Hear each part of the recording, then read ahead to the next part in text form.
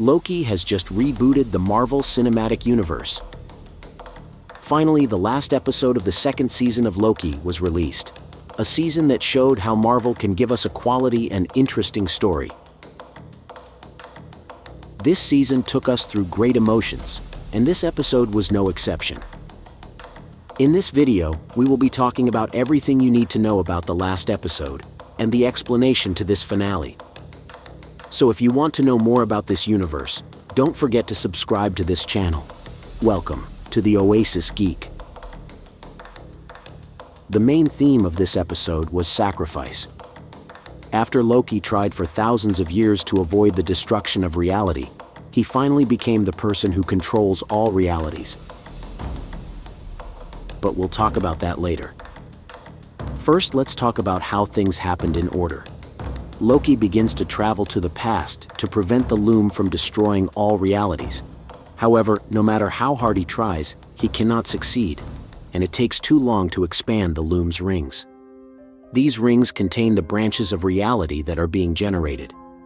Loki even asks Miss Minutes for help, confirming that Miss Minutes is alive and that she can be useful in the future.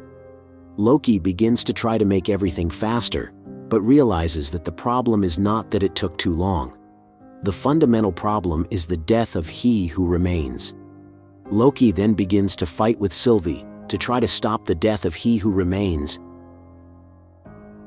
But Sylvie does not reason and does not want that man to escape, with what she considers to be crimes and injustices. It is then that one of the most interesting and bizarre scenes occurs in the entire Marvel Cinematic Universe. The non-linear conversation between Kang and Loki, and part of this conversation surely came as no surprise to many of you, as we have mentioned to you from the beginning that Kang was lying, that his strategies were manipulative, and that Loki was just one of his tools. Indeed, Kang tells Loki that he would not let himself be killed easily.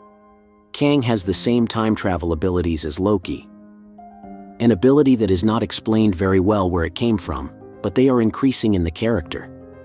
Something we can't forget is that the series mentions Loki has studied science for thousands of years to learn all the possible solutions.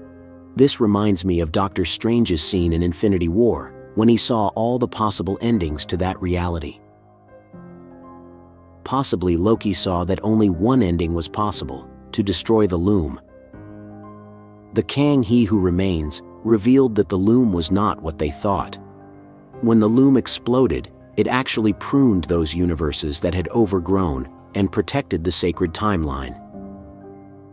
The loom itself is a security system to prevent the realities from continuing to grow and some villain from emerging to confront Kang or destroy the realities.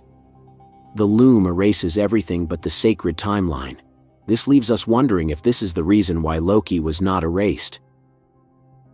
Perhaps Loki was the only person from the original sacred timeline, and perhaps there is a reason why he has his powers, but we will talk about that later.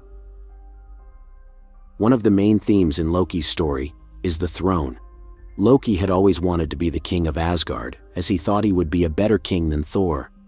His envy toward his brother led him to try to conquer the earth, all for a throne that in the end he didn't even care about taking care of. Loki was irresponsible and cruel, but he always wanted power.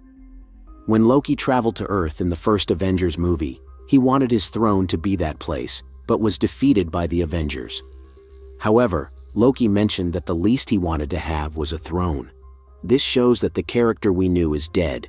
The god of mischief has been replaced by something else.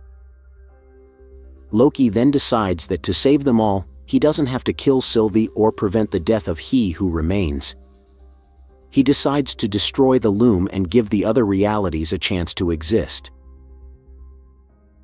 He Who Remains said that this is a very bad idea, because this will allow the rest of Kang's variations to destroy the multiverse. But Loki doesn't want to sacrifice anyone, he sacrifices himself. Loki uses his magic and takes on a green wizard outfit, which shows that perhaps Loki has been practicing his magic for thousands or millions of years. Although Loki is similar to the one we saw in the past seasons, this Loki has lived so long that he really has become a god, and not just any god, a god that creates reality, something similar to the god of the stories we mentioned in one of our previous videos. Although, of course, we can say that Loki has become the one who is above all, also known as the one above all. This is the most powerful entity in the Marvel Universe, and is the source of life in the universe, the ultimate authority in the multiverse. We will also talk about this later. The important thing is that Loki began to reanimate the realities that had withered. Loki begins to energize the entire multiverse, and to expand the green color of his magic throughout all realities. Loki has truly become the god who creates the Marvel multiverse. This is certainly one of the biggest surprises, but it doesn't stop there. Although Loki said he didn't want a throne, he knew he had to sacrifice himself and created a throne. Loki sat in a place where he united all realities by guarding and protecting. He has truly become a god. But what does this mean for Loki in the future of the Marvel Universe? The first thing to know is that I don't think Loki needs a third season. The story of this Loki has possibly concluded. He has sacrificed himself, and is the person in charge of realities. In one of our past videos, we talked about how Loki could be that Avenger who recruited other variants in the multiverse to fight Kang. But the reality is that now Loki doesn't answer to anyone, and if the threat of Kang the Conqueror comes, he could recruit anyone.